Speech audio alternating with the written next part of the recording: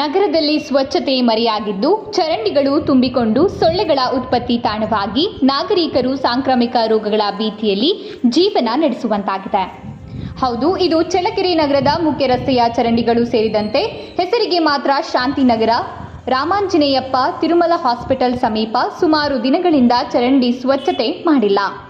ಅಲ್ಲಲ್ಲಿ ಕಸದ ರಾಶಿ, ಚರಂಡಿಗಳಲ್ಲಿ ಕಸ ಕಡ್ಡಿ ತ್ಯಾಜ್ಯದಿಂದ ತುಂಬಿ ಗೊಬ್ಬು ವಾಸನೆ ಬೀರುವ ಜೊತೆಗೆ ಸೊಳ್ಳೆಗಳ ಉತ್ಪತ್ತಿ ತಾಣವಾಗಿದೆ. ಇಲ್ಲಿ ಜೀವನ ನಡೆಸುವುದು ಅನಿವಾರ್ಯವಾಗಿದೆ ಜನಗಳಿಗೆ.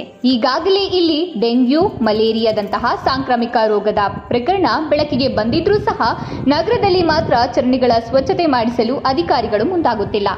ನಗರಸಭೆಯಲ್ಲಿ ಪರಿಸರ ಇಂಜಿನಿಯರ್, ಆರೋಗ್ಯಾಧಿಕಾರಿಗಳು ಇದ್ರೂ ಸಹ ಸ್ವಚ್ಛತೆ ಮಾಡಿಸುವಲ್ಲಿ ವಿಫಲರಾಗಿದ್ದು ಚರಂಡಿಯಲ್ಲಿ ನೀರು ಹರಿಯದೆ ನಿಂತಿರುವುದರಿಂದ ಹಗಲು ರಾತ್ರಿ ಸೊಳ್ಳೆಗಳು ಜನರನ್ನ ನಿದ್ದೆಗೆಡಿಸುತ್ತಿವೆ. ಈಗಲಾದರೂ ಸಂಬಂಧಪಟ್ಟ ಅಧಿಕಾರಿಗಳು ನಗರದ ಚರಂಡಿ ಸ್ವಚ್ಛತೆಗೆ ಮುಂದಾಗುವರೇ ಕಾದು ನೋಡಬೇಕಾಗಿದೆ.